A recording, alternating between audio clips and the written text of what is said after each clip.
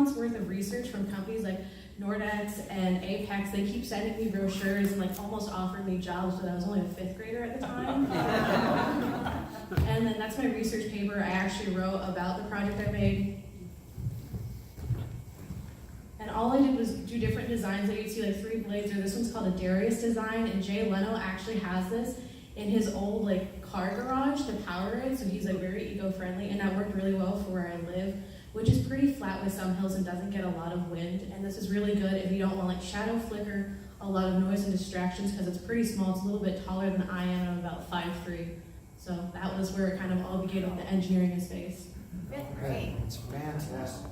And I liked what you did was you were selecting designs which worked best for your specific area. That's why I really wanted to focus on, because it's so easy just to slap a windmill up and hope that it works, but you actually found the one that works best for you. Okay. All right, your first photo of the moon taken with my phone and telescope. Tell us a little bit about this, because I remember this. So one night, it was a full moon, and I was the crazy kid. It was like 2 in the morning. I'm like, hey mom, I'm gonna take the telescope out, which was a big challenge to pull out, and I set it just right, and I got the moon. And I was like, I want to picture this. I want to remember it and share it with everyone. So I just positioned my phone camera on top of the eyepiece, and then I just went for it, trying to take as many pictures. And that was the clearest one I got that night. Real quick, as I recall, it was freezing cold that night. Was that January of last year? I think it was. Because I remember I was going out there and I was shivering and belly aching and everything. And then I saw Maria post that on Facebook, and I said, that's a fantastic photograph. So yeah, kudos to you for that. And I believe there is the Sea of Tranquility right there. So yeah, that's an awesome photo. Okay, so the first time you were using power tools, what was that like? I had the time of my life, and like I said, I'm in 5th grade. I'm using power grinders. My mom was terrified. She took one picture, ran inside, and then I came inside and she made sure I had all 10 fingers. It was scary at first, but it was kind of cool. So I'm making this wind turbine by myself out of like hockey pucks and screws. Like I built it all myself, and it was something I took a lot of pride in. Fantastic. Lots of sparks too. Sparks are awesome. Okay, so your role models. All right, interesting group here. We've got astronaut Wendy Lawrence, screenwriter and science consultant Andre Bormanis, and astrophysicist Dr. Brian May. For you music fans, yes, same Brian May. He's smart and he plays a guitar. Love the guy. So why don't you tell us a little bit about each one of them? So I met Wendy Lawrence at Ball State. They had a science lecture series, and she was amazing and gave me great advice about wanting to be a woman in NASA and working her way through, going through the military and saying, I'm a girl, I can do it, I got this, I'm just as tough as the boys. And then I went to do the space shuttle mission. So I look up to her as a woman who's I can do what the boys can do. Andre Bormanis, who's really cool, will be watching the live stream. I love that he's able, and same thing with Brian May, to mix the arts and science, because as a musician and a theater kid myself, it's cool to see on Star Trek and the Orville, which my family love, that it's sometimes a little accurate. And then Brian May's just super cool with the New Horizons theme song. It's I love Queen, and it's that he's actually a doctorate in astrophysics. I think that's really admirable that he was able to do both. Yes. Yeah, fantastic. You talk about Andre there. In so many movies and television shows, it's easy just to throw something up there, but to find somebody who takes the time to make sure you get it right, that's huge. And I think it's going to be even more important, because with social media and Facebook and everything like that, to make sure that you have accurate information. So that's huge. Okay, why you love space. Why don't you talk each a little bit about these points real quick here. So I love astronomy because everything tells a story. As a theater kid, I enjoyed hearing the stories, and Orion is by far one of my favorite constellations because it is so bright where I live, and hearing about this massive hunter in the sky, protecting us, I think that's really admirable just to learn about.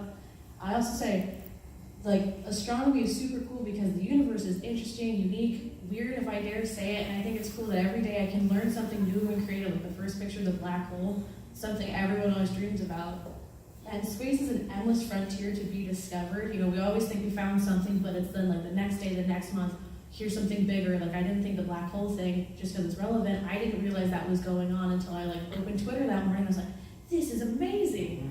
I think it's cool that there's hope for anyone that if you are interested in planets, there's always something.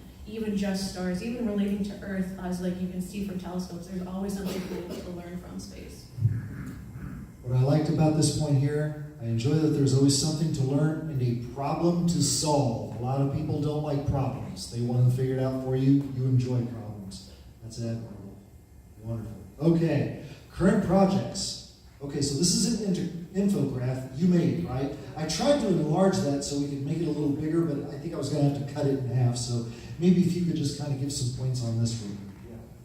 So for like my Ivy Tech English class, one of our assignments is to create an infographic to share with this school. And I decided to like, why not talk about why space exploration is important? Because that's what I'm going for, like a degree-wise in college. And so I talk about innovation and culture, global connections, inspiration, and how it broadens our future. So I mentioned all the cool things, like fun fact, stuff we used in the space shuttle missions is used on the Phantom of the Opera on Broadway for like the set design.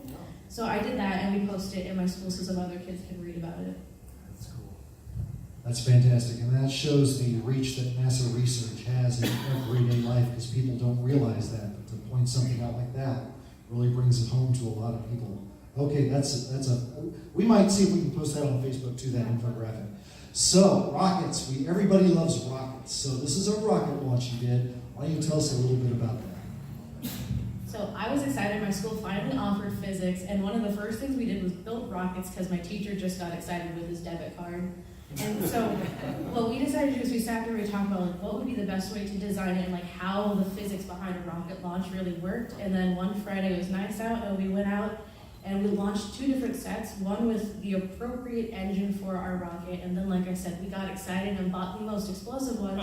So most of our rockets kind of just disappeared somewhere. We don't know where they went. But it was kind of neat to see a bunch of kids, and we actually tested like how far they went up and used like protractors and everything. It was really cool. Protractors. Some of us older folks remember those protractors. Doing it old school. That's all right. Some of those probably entered low Earth orbit. Who knows? That's awesome. Okay, your future plans are going to Holy Cross. Expound on that. What do you want to do? What do you hope to learn about, and where it can take you? So I got into like the Driscoll Scholars Program, which means they took engineering students, like everyone who applied to Notre Dame, and picked about 20 kids to be in the program. Thankfully, I am one of them, and so what I want to do is aerospace engineering, because like it started with that wind turbine, and now I'm just like, okay, what about this spaceship design? What about this rocket design? Or how can I solve these like little problems? And thanks to my friend James at Notre Dame, he told me about like their rocket club, which they got almost to a mile, which like they're the highest like ranked in like the nation because they're 6 feet under that goal. And I think that's pretty cool. So that's the kind of stuff I want to be doing, and like working with all the cool classes. Like they're even solving a Star Wars problem right now of how fast the Millennium Falcon needs to fly to stop the Death Star from destroying a planet. So that's the kind of stuff I want to do. It helps, and like his father, my friend James, works at NASA, and so I'm hoping I can do like an internship out there while I'm like in college before I like settle in and get a job, hopefully after college. You mentioned Star Wars. Let me back up real quick. She's got a photo of a lightsaber right there. If you figure out the way to make a real lightsaber, you will be swimming in money, and I'll be the first customer. Save the first one to me. Of course, I'll probably accidentally cut my arm off, but it'll be worth it. But no, I just wanted to show you that. That's really awesome that you're working on that. Okay. Here you are at Holy Cross. So your visit, tell us a little bit about that. And also to the Armstrong Air and Space Museum. So the visit entailed me like meeting like the senior vice president and a bunch of like directors of the program and professors like in chemistry, and I got a chemistry 2 problem right, which was honestly quite surprising. So I got really excited and like kind of figured out the path I'd be taking to be an aerospace engineer. And then I'm practicing on the simulator at the Air and Space Museum. I was horrible at docking, but I learned like how to be a pilot, which was kind of cool to practice that. No, I don't want to be a pilot. And I got to practice that kind of stuff, and it helped when I went to the Smithsonian Museums, and I got to do that again. I did the same thing at the Great Lakes Science Center in Cleveland. I crashed the shuttle on approach numerous times, so I would not be a pilot. Okay, your dream job. That's pretty awesome. Tell us about that. So actually right now there's a listing for the aerospace engineer job, and so I was looking at it, and it was like all you do is a lot of looking at the models and problem solving, trying to make small improvements and using like different systems and like testing them. And I think that's really cool because again, I like problem solving, the trial and error besides just designing. But I hope one day I can step out of that and become an astronaut, be like an engineer on some sort of like space mission, be like the first girl on Mars kind of thing. That's what I'm looking for. That's the attitude you need.